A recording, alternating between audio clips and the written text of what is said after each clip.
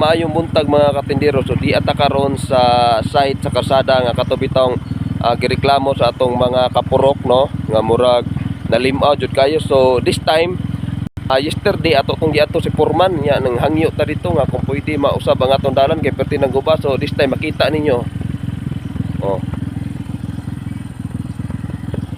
gipabuldos na ni Foreman. Sa shout out ni ni Foreman, salamat kay Foreman, no.